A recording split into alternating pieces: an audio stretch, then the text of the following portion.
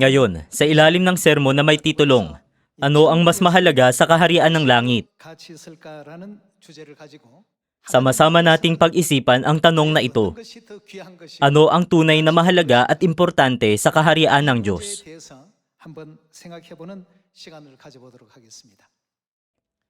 Makikita natin na ang konsepto ng halaga ay maaaring ganap na magbago depende sa lugar at kapaligiran. Madali tayong nakagagamit ng tubig sa ating pang-araw-araw na buhay. Pero ano ang magiging halaga nito kung ito ay nasa kapaligiran na gaya ng disyerto? May isang linya sa animated na pelikula na The Prince of Egypt. Sa disyerto, ang isang malamig na sariwang bukal ay mas mahalaga kaysa sa isang lawa ng ginto. At sa isang nawalang tupa, ang isang batang pastol ay mas dakila kaysa sa pinakamayamang hari. Sumasang-ayon din ba kayo sa mga salitang ito? Sa ganitong paraan, ang halaga ng isang bagay ay maaaring mag-iba at magbago depende sa kapaligiran at sitwasyon na kinalalagyan natin. Dahil kasalukuyan tayong naninirahan sa lupang ito na isang lungsod-kanlungan, ang nakikita lang natin ay ang mga bagay na pinahahalagahan ng mundong ito. Kinaiinggitan natin ang mayayaman, kinaiinggitan natin ang mga matagumpay, kinaiinggitan natin ang mga may mataas na pinag-aralan at kinaiinggitan natin ang mga makapangyarihan.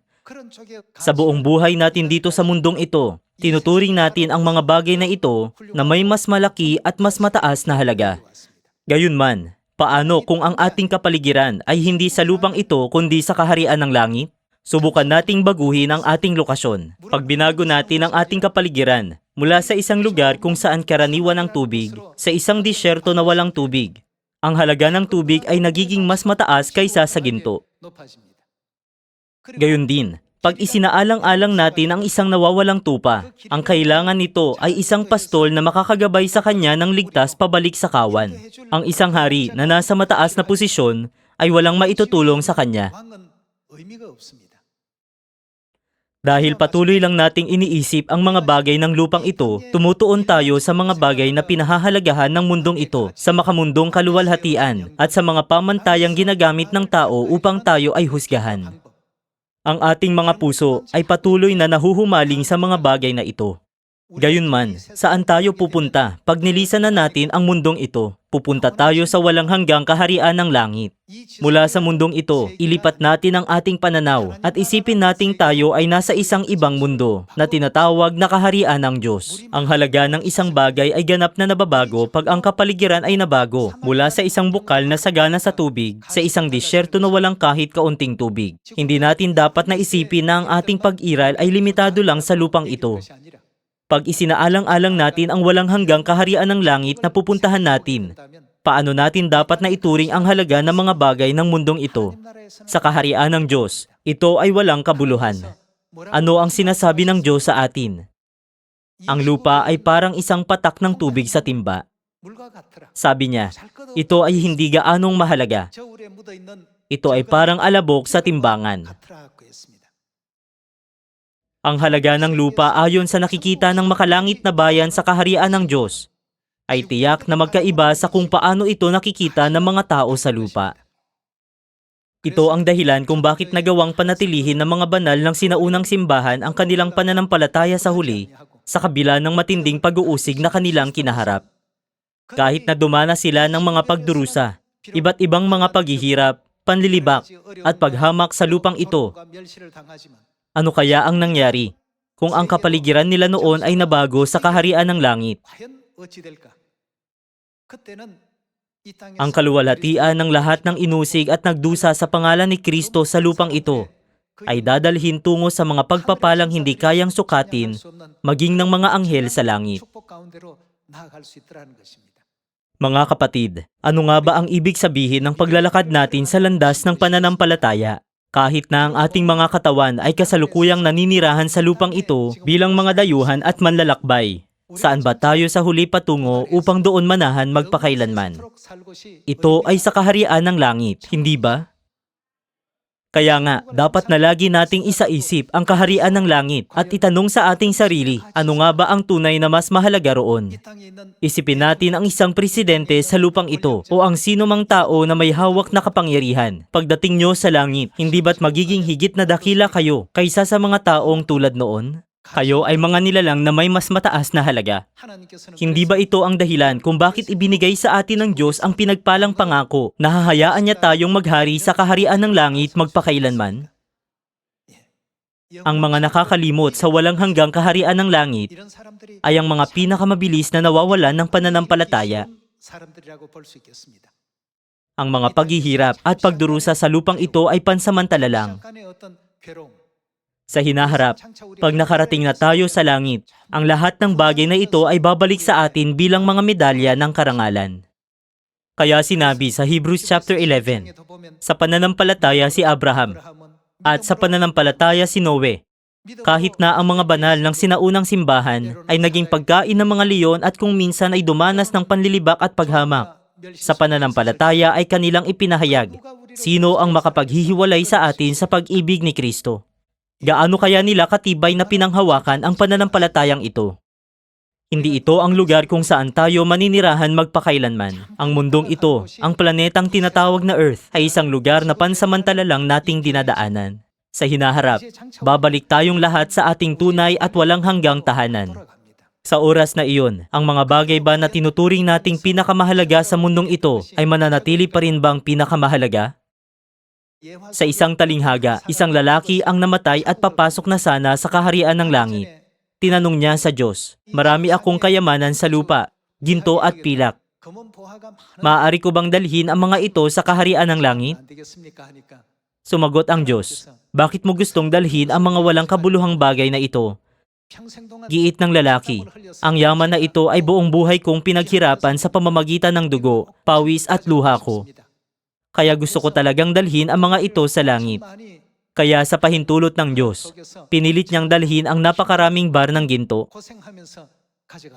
Kalaunan, nakita niya na sa kaharian ng langit, ang mga lansangan ng lungsod ay nasisementohan ng dalisay na ginto. Kahit na ito ay isang kwento lang, ano ang tinuturo nito sa atin? Ang tinuturing na pinakamahalaga sa lupa ay ginagamit lang bilang pansemento sa kaharian ng langit. Mayroon bang sino man na tinuturing na mahalaga ang tubig sa kanilang pang-araw-araw na buhay? Binubuksan ng mga tao ang gripo at hinahayaan lang itong umagos habang naliligo sila. Sa ganitong paraan, ang isang tao ay kumukonsumo ng napakadaming tubig. Noong unang pumunta ang ating mga miyembro sa Aprika, dahil hindi sila pamilyar sa mga lokal na kaugalian, uminom sila ng tubig mula sa isang bote, nagtira ng kaunti, at tiniktik ang huling patak upang maubos ang laman at tinapon sa basurahan ng plastik na bote. Gayunman, tiningnan sila ng mga lokal na Aprikano ng may pagkadismaya. Nagtanong sila, bakit nyo sinasayang ang tubig na napakahalaga? Nang marinig ko ang kwentong ito, naalala ko ang isang tagpo mula sa animated na pelikulang The Prince of Egypt. Karaniwan, hindi natin gaanong pinahahalagahan ng tubig dahil may mga gripo tayo na agad bumubuga ng tubig sa simpleng pagpihit. Pero para sa mga tao sa Aprika, kung saan salat sa tubig, ito ay napakahalaga. Kung ihahambing ang kanilang bansa sa atin dito sa Korea, ang isa ay lugar na sagana sa tubig, samantalang may ibang mga rehiyon na halos walang tubig. Ngayon, pag-isipan natin ang pagkakaiba ng lupa at ng kaharian ng langit. Hinihiling ko sa inyo na isipin kung ano ang tinuturing nyong pinakamahalaga dito sa lupa. Pareho pa rin ba ang magiging halaga nito roon pag nasa langit na tayo? Maaaring kailanganin natin ito sa maikling panahon habang nabubuhay tayo sa lupang ito. Pero sa kaharian ng Diyos, hinding-hindi na ito kinakailangan.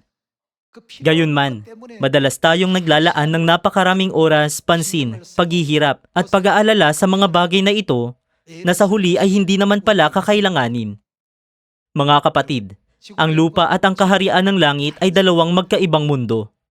Kaya ang lahat ng propeta, iniisip ang kaharian ng langit na kanilang pupuntahan, ay namuhay na tila ang mga bagay sa lupang ito ay walang kabuluhan. Buksan natin ang Hebrews chapter 11.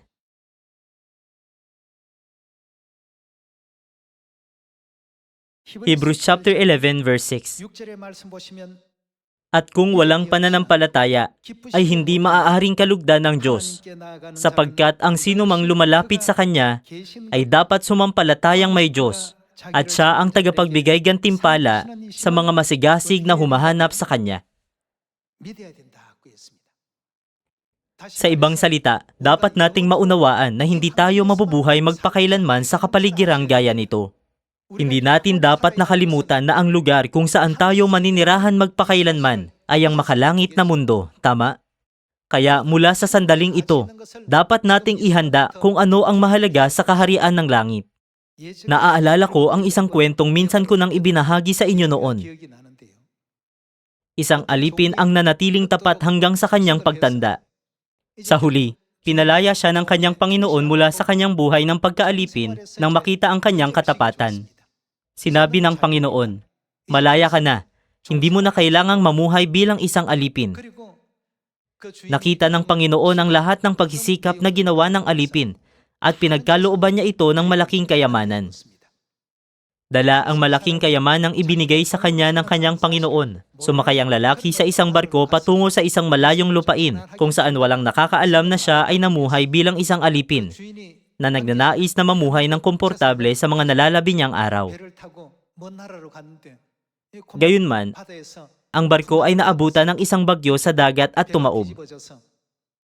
Nakatakas siya sa bingit ng kamatayan at napadpad sa pampang ng isang maliit at liblib na isla. May mga naninirahan sa isla, at siya ay ginawa nilang kanilang hari. May tuntunin sa isla na ang sino mang magmula sa labas ng isla ay gagawing hari sa loob ng isang taon. Sa loob ng isang taon, ibibigay ng mga taga-isla ang lahat ng kahilingan niya. Kahit anong pagkain ang naisin niya, ay agad na ibinibigay sa kanya. Ano man ang kailangan niya, ipag-utos lang niya at ito ay ibibigay. Nang malapit nang matapos ang isang taong paghahari, isa sa mga taga-isla ang bumisita sa kanya. "O hari, may isang bagay na dapat mong malaman." "Ano iyon?" tanong ng hari. Sumagot ang alipin, "Sa islang ito, ang sinumang dayuhang dumating ay paglilingkuran bilang hari sa loob ng isang taon. Gayunman, pagkatapos ng taong iyon, may isang lugar kang dapat napuntahan." Muling tinanong ng hari, "Sa anong lugar ba ako dapat na pumunta?" Sumagot ang alipin, "Pupunta ka sa isla ng kamatayan at doon ka mamamatay. Kaunti na lang ang natitira mong oras para mabuhay." Bigla siyang natauhan sa narinig niya. Inisip niya na, malapit na akong mamatay. Namuhay siya ng komportable sa loob ng isang taon. Pero ngayon, nang marinig niyang naghihintay sa kanya ang kamatayan, labis siyang nagulat at kinilabutan. Dahil may panahon pa siya para gamitin ang kanyang autoridad bilang hari, nag-utos siya. "Gabayan niyo ako sa isla ng kamatayan na ito at ipakita niyo sa akin kung anong uri ng lugar ito." Inutusan niya ang kanyang mga lingkod at nagpunta sa isla ng kamatayan. Ang isla ng kamatayan ay isang maliit na isla na walang kahit kaunting damo at walang makakain. Isang lugar kung saan ang isang tao ay di maiiwasang mamamatay sa gutom. Mula sa sandaling iyon, nagsimulang maglabas ng mga utos ang hari.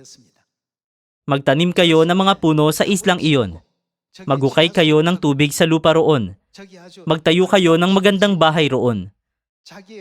Bago matapos ang kanyang isang taong paghahari, namuhunan siya ng napakalaki sa islang iyon. Nang natapos ang nakatakdang isang taon, ang taong dating alipin at naging hari ay walang pagpipilian kundi pumunta sa isla ng kamatayan.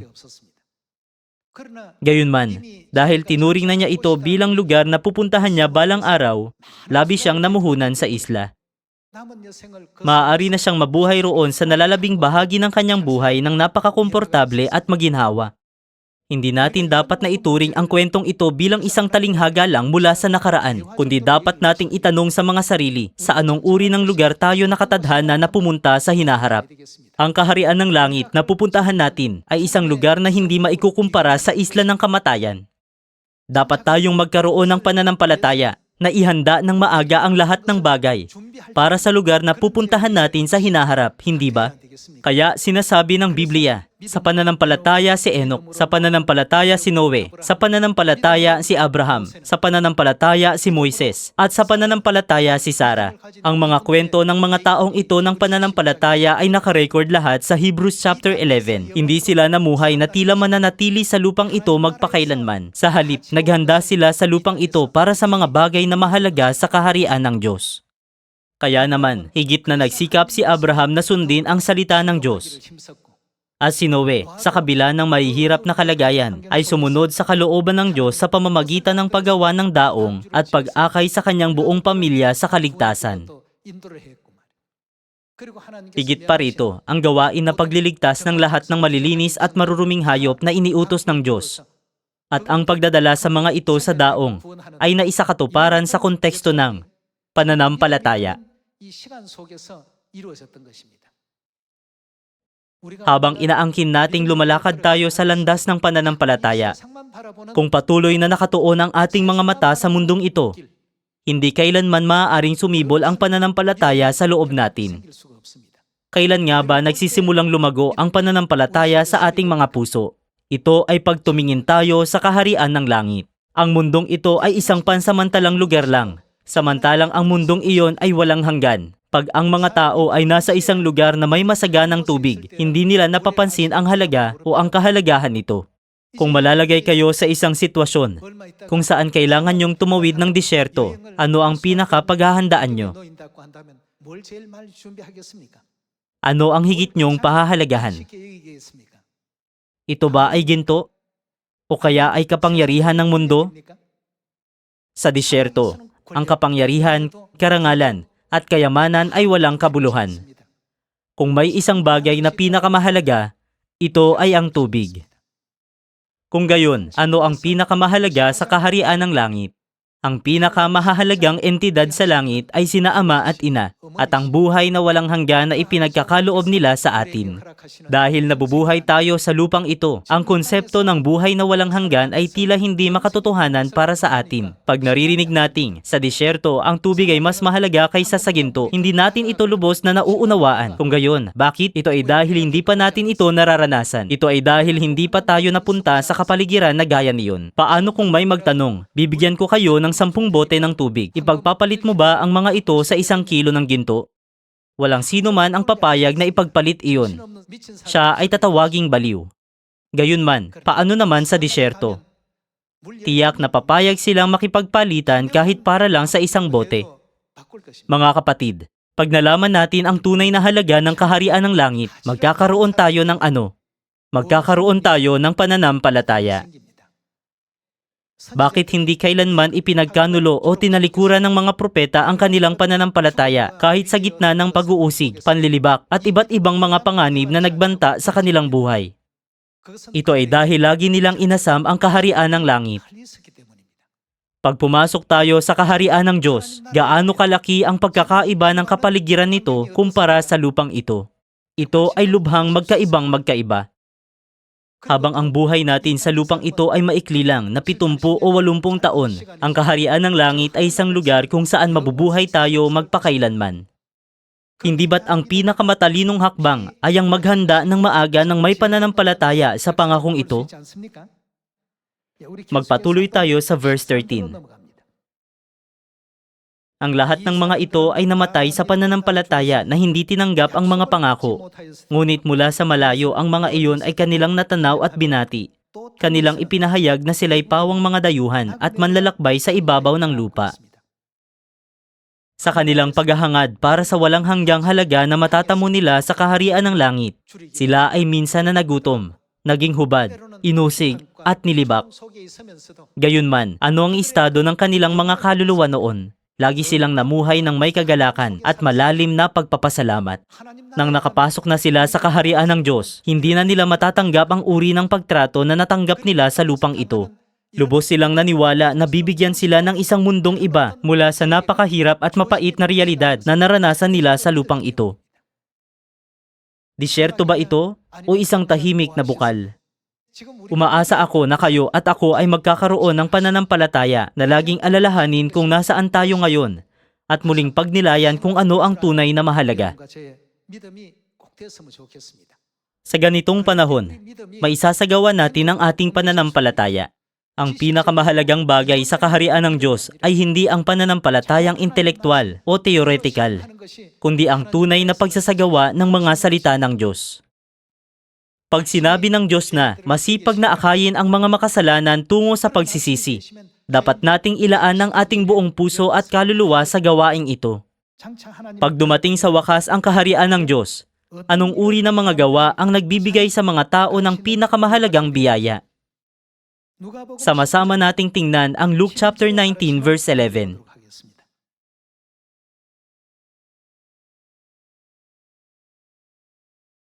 Samantalang pinapakinggan nila ang mga bagay na ito, nagpatuloy siya at nagsalaysay ng isang talinghaga, sapagkat siya'y malapit na sa Jerusalem at sapagkat kanilang inakala na ang kaharian ng Diyos ay mahayag na kaagad. Sinabi nga niya, isang maharlikang tao ang pumunta sa isang malayong lupain upang tumanggap ng isang kaharian at pagkatapos ay bumalik. Tinawag niya ang 10 sa kanyang mga alipin at binigyan sila ng 10 mina at sinabi sa kanila, ipangalakal ninyo ito hanggang sa ako'y dumating. Subalit, kinapuutan siya ng kanyang mga mamamayan at nagsugo sila sa kanya ng kinatawan na nagsasabi, ayaw namin na ang taong ito'y maghari sa amin. Nang siya'y bumalik pagkatapos matanggap ang kaharian, sinabi niyang tawagin ang mga aliping binigyan niya ng salapi upang malaman niya kung ano ang kanilang tinubo sa pangangalakal. Dumating ang una na nagsasabi, Panginoon, tumubo ang iyong mina ng 10 mina pa. At sinabi niya sa kanya, magaling, mabuting alipin, sapagkat naging tapat ka sa kakaunti, mamahala ka sa 10 lungsod. Dumating ang ikalawa na nagsasabi, Panginoon, tumubo ang iyong mina ng 5 mina. Sinabi niya sa kanya, ikaw ay mamamahala sa 5 lungsod. Dumating ang isa pa na nagsasabi, Panginoon, narito ang iyong mina na aking itinago sa isang panyo. Ako'y natakot sa iyo sapagkat ikaw ay taong mahigpit. Kinukuha mo ang hindi mo itinabi at ginagapas mo ang hindi mo inihasik. Sinabi niya sa kanya, hinahatulan kita mula sa sarili mong bibig. Ikaw na masamang alipin. Alam mo na ako'y taong mahigpit, na kumukuha ng hindi ko itinabi at gumagapas ng hindi ko inihasik. Kung gayon, bakit hindi mo inilagay ang aking salapi sa bangko? At nang sa aking pagbalik, ay makuha ko iyon pati ng tinubo. At sinabi niya sa mga nakatayo, kunin ninyo sa kanya ang mina at ibigay ninyo sa may 10 mina. Sinabi nila sa kanya, Panginoon, siya'y mayroong 10 mina. Sinasabi ko sa inyo na sa bawat mayroon ay higit pang marami ang ibibigay. Subalit ang wala, pati ang nasa kanya ay kukunin. Ngunit itong aking mga kaaway, na ayaw na ako'y maghari sa kanila, ay dalhin ninyo rito at patayin sila sa harapan ko. Ang talinghaga ng 10 mina ay isang tagpo kung saan ipinapahayag ng Diyos ang gawain ng pangangaral upang hanapin at iligtas ang mga nawalang kaluluwa. Natanggap nating lahat mula sa Diyos ang iisang mensahe ng Ebanghelyo. Gayunman, ang isang tao ay tumubo ng 10 mina, ang isa pa ay tumubo ng 5, at tinago ng isa pa ang kanyang mina. Lumitaw ang maraming uri ng tao, pero sa huli, hindi ba't ipinapakita ng Diyos sa atin kung anong uri ng gawa at anong uri ng buhay ang pinakamahalaga? Habang ipinapangaral natin ang Ebanghelyo, namumunga, inaalagaan ng ating mga miyembro at hinahatid ang salita ng Diyos, maaaring ituring ng mga tao sa mundong ito ang mga gawaing ito na walang kabuluhan. Iniisip, bakit sila nag-aaksaya ng oras sa mga ganoong bagay? O bakit nila ginagawa iyon? Hindi nila naiintindihan ang ginagawa natin. Gayunman, anong uri ng gawain ito sa kaharian ng langit? Ito ang pinakamahalagang gawain. Gaano ito kahalaga ayon sa Diyos? Tinuturuan niya tayo na ito ay isang gawaing magniningning na parang mga bituin sa langit magpakailanpaman. Buksan natin ang Daniel chapter 12 verse 1.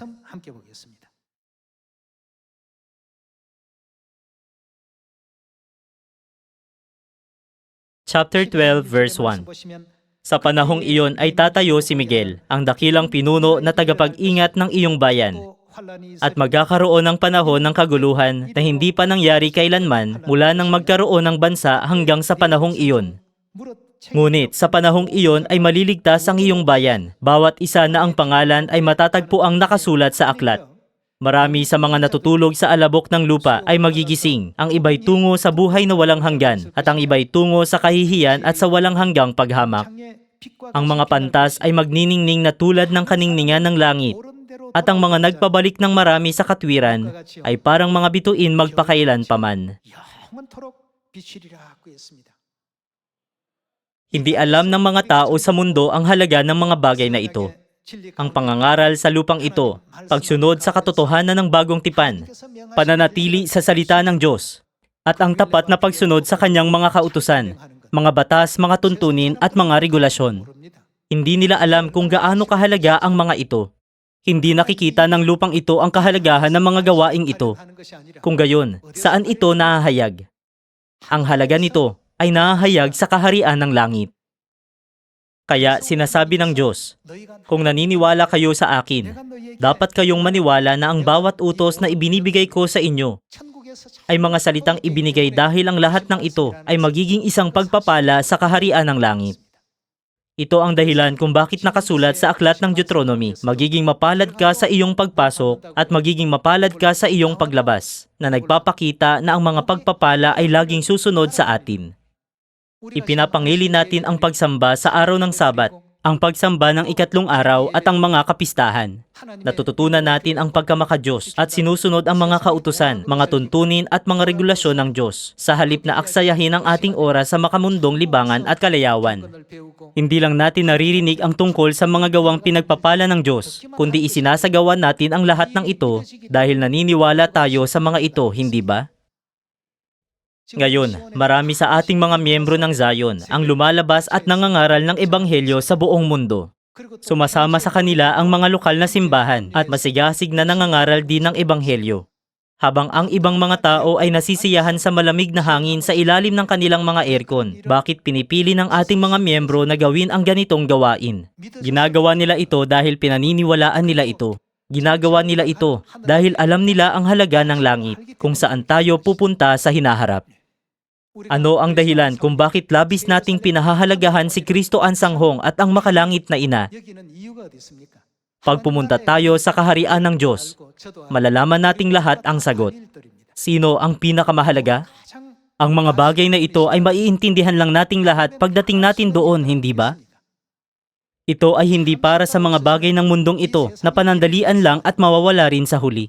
Maging si Solomon, na sinasabing namuhay ng may pinakamagandang buhay sa mundong ito, ay nagsabing, walang kabuluhan ng mga walang kabuluhan, lahat ay walang kabuluhan. Ang mga taong namumuhay na nakatuon ang kanilang mga pinahahalagahan sa kaharian ng langit, ang siyang pinakapinagpala sa lahat ng tao. Kahit nasa mundong ito ay maaaring mas kaunti ang ating pag-aari at mas kaunti ang ating tinatamasa kumpara sa iba, hindi natin kailanman dapat na ikompromiso ang mga bagay na may kinalaman sa kaharian ng Diyos. Gaya ni Jacob, hindi ba dapat na mag-impok tayo ng mga pagpapala ng kaharian ng langit? Sumisigaw ng, pagpalain ako kahit na ang ating kasukasuan ng hita ay malinsad? Sa pamamagitan ng Biblia, nilista na ng Diyos ang maraming pagpapala na matatanggap natin pag pumunta tayo sa kaharian ng langit.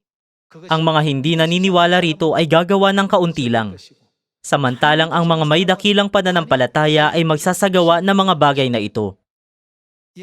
Pareho ito sa alipin sa kwento na naging hari at ipinadala sa isla ng kamatayan. Pagkalipas ng 1 taon, ipapatapon ka at wala ng pagpipilian kundi ang pumunta sa isla ng kamatayan. Doon, mamamatay ka sa gutom, na walang tubig na maiinom at walang pagkain na makakain. Dahil naniwala siya rito mula sa sandaling marinig niya ito, inutusan niya ang mga lingkod na mag-imbak ng bigas sa mga kamalig doon. Inutusan din niya silang magukay ng mga balon. Dahil mayroon pa siyang pagkakataong magbigay ng mga utos. Para saan niya kailangang ilaan ang kanyang puso sa panahong iyon? Ito ay para sa isla na kanyang pupuntahan sa hinaharap.